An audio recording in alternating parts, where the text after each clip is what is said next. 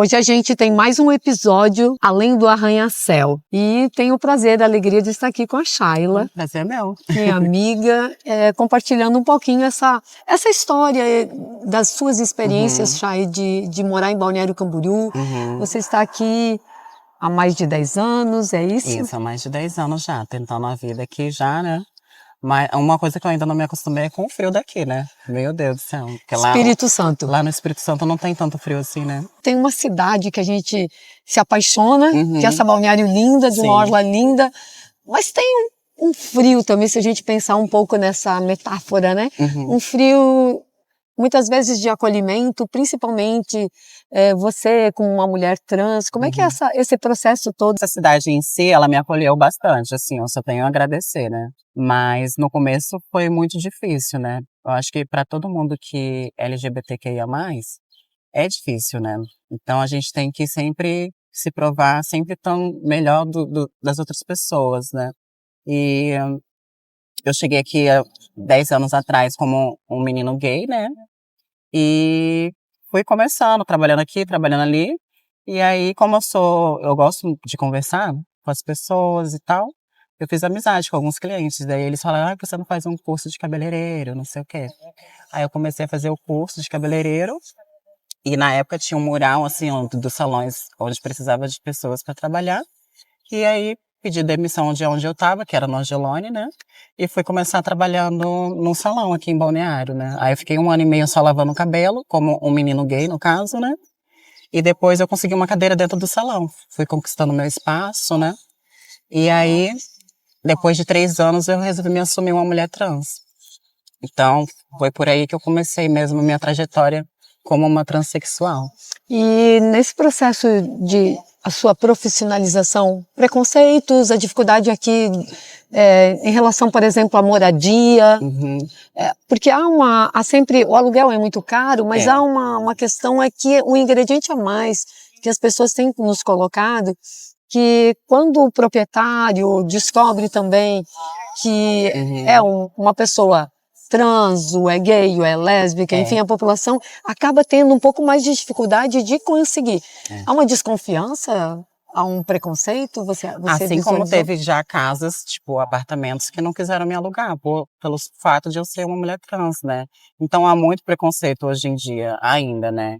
Muitos também mascaram também, né? Falam, já tá vago, mas a gente sabe que não tá, porque a placa tá ali do lado de fora, né? Já está E isso é alugado. triste, né? De se ver, eu já passei muito por isso, né?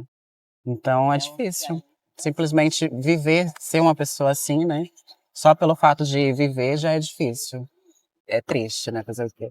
As dificuldades, então, do ponto de vista, às vezes a gente acha que a dificuldade é a não aceitação fora, mas é no trabalho, é também na moradia. Eu já passei também alguns preconceitos no trabalho, principalmente no início da minha transição, né? Porque, querendo ou não, eu pelo menos, eu comecei aos poucos, né? Com cabelo, unha e tal. E quem já me conhecia daquele outro jeito, meio que teve que me aceitar, né? Mas eu passei por alguns perrenguezinhos, sim, né? Tipo, ainda continuar me chamando pelo meu nome morto e tal, na frente das clientes. E isso tava me angustiando muito. Assim, eu acabei até saindo do salão por conta disso, né? Porque era algo que me deixava triste, né?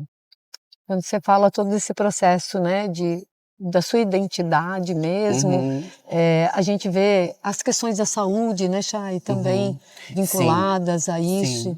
Que serviços hoje são necessários ainda em relação à mudança desse preconceito, seja do ponto de vista da sociedade, né, mas também do ponto de vista da assistência, do ponto de vista da saúde da população LGBTQIA+, né? Então, e eu como uma mulher trans, eu preciso também me hormonizar, né? Então, isso é importante também, ter no sistema de saúde, a gente ter esse encaminhamento. Eu tô tentando até agora uma endócrina para me acompanhar e até agora eu não consegui. Então, é triste, né? Porque, assim, você se hormonizar por conta própria, você coloca a sua vida em risco, né? Então, eu preciso desse acompanhamento, né? E até agora eu não consegui. O município não oferece esse tipo. Não. Até então, eu já coloquei meu nome, está na lista de... Mas essa espera tá até agora. Você conhece pessoas e também acabam fazendo práticas muito pessoais Sim, e muito pessoais. Uhum. colocando a saúde em risco. Sim, assim como eu já coloquei a minha já também, bastante, né? Porque a gente meio que se coloca esse peso, né? Tipo, eu tenho que ficar feminina, não sei o quê, sabe? Então é complicado. E às vezes você vê que as pessoas acabam, quando a gente fala de identidade, de fazer o processo de transição, Uhum, as pessoas dizem, mas é uma escolha, né? E que isso não teria importância. O que que isso muda fundamentalmente na sua vida, você se identificando, né? Como a Chay hoje, em relação a você, com você mesma, né? sim, Porque às vezes as pessoas acham que é uma opção, né? Mas é uma condição. é uma condição. Na verdade, eu sempre falo que eu já nasci assim, né? Eu sempre Isso. gostei de coisas de mulheres e tal. Assim, na minha adolescência para infância, quando minha mãe me levava para as lojas, eu ia para a ala feminina, né? Nunca fui pro masculino. Então, nunca gostei de comprar nada masculino, só que na época a gente não entende, né? Ai, por que que eu sou assim, né? E aí, com o tempo, a gente vai sabendo onde a gente se encaixa e tal, né? E aí, eu me descobri com uns 17 anos, uma mulher trans. Só que aquele negócio, né? Tipo, como eu morava em cidade muito pequena, infelizmente você tem que escolher, ou você se assume trans, ou você consegue um emprego. Então, cidade pequena é pior ainda, onde todo mundo conhece todo mundo e tal, né? E aí eu passei uma época na minha cidade sendo uma mulher trans, só que eu tive que parar, porque eu não conseguia emprego, eu tinha que ajudar dentro de casa também, né? Então, quando eu parei, tipo, até no barbeiro, eu lembro até hoje, eu fui no barbeiro e ele passou a máquina na minha cabeça. E aí, no outro dia que eu fui procurar emprego, eu consegui. Então, assim, a gente já vê o preconceito por aí, né?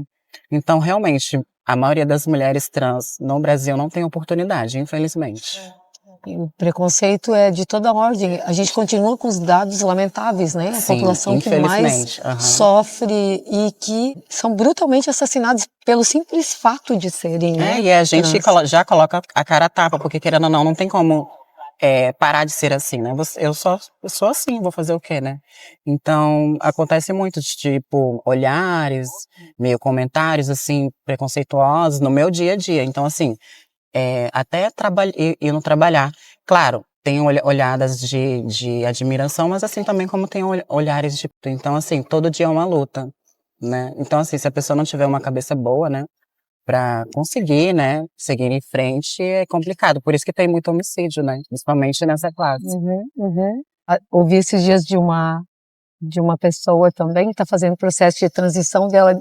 Ela dizia mesmo que às vezes o preconceito ele mata fisicamente, mas Sim, também mata cotidianamente, né? sim. Quando vai fazendo com que você o tempo Uhum, inteiro tenha que se sentir inferiorizado, né? uhum, E as diferenças elas apenas nos igualam, né? uhum. Porque todos nós somos diferentes. Sim, e aí eu vou entrar num ponto que foi muito essencial e foi minha base, que é a minha família. Todos sempre me apoiaram, então eu tenho muito a agradecer, principalmente a minha mãe, né? Que ela foi a base de tudo, né? Porque, como eu falei, como eu morava em cidade pequena, os vizinhos são os primeiros a apontar e Uhum. falavam no ouvido dela, seu filho é isso, seu filho é aquilo, não sei o que, você vai deixar, não sei o que. E ela, não, meu filho, e que ele tem que ser feliz. Então, assim, tem muitas trans que nem isso tem, né? A Uhum. maioria, na verdade, não tem essa base, né, familiar.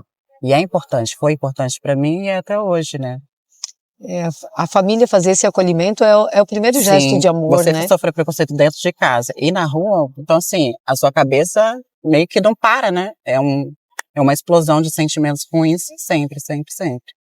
E como a gente precisa então de um processo de educação mesmo, né? Uhum, Que as pessoas possam respeitar todas as diferenças, essa sim, diversidade humana que é tão rica, né? E sim, que o preconceito, além de causar morte, ele acaba reduzindo as possibilidades da gente aprender e conviver sim, coletivamente, né? sim, E faltam também, né, Chay, como a gente diz, políticas públicas para isso. O poder sim. público precisa A, assumir essa a pauta. gente se sentir representado, né?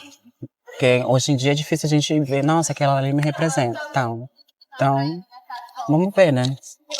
Eu quero muito que você ganhe essa eleição por isso também, né? Que eu tô torcendo muito.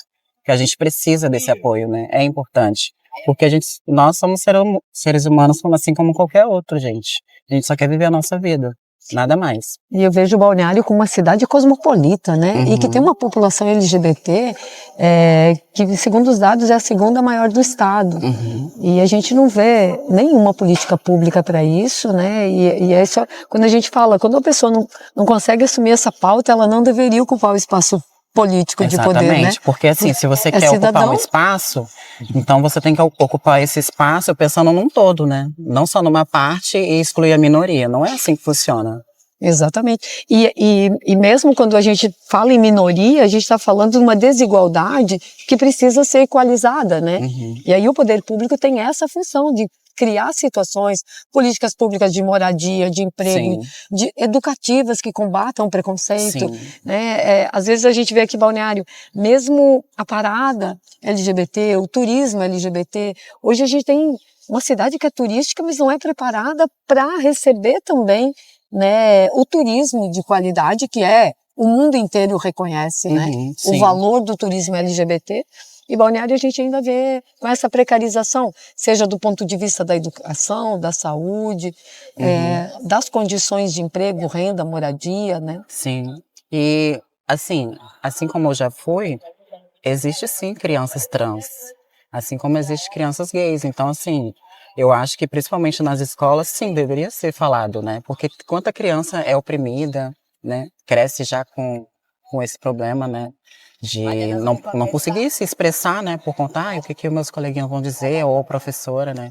Então, sim, existe, assim como eu fui também, uma criança, né?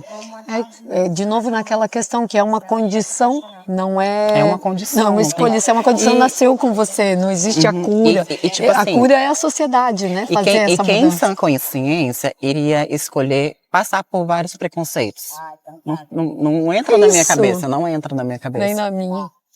Preconceito eu sempre falo, é falta de educação e também de humanização, Humanização. né?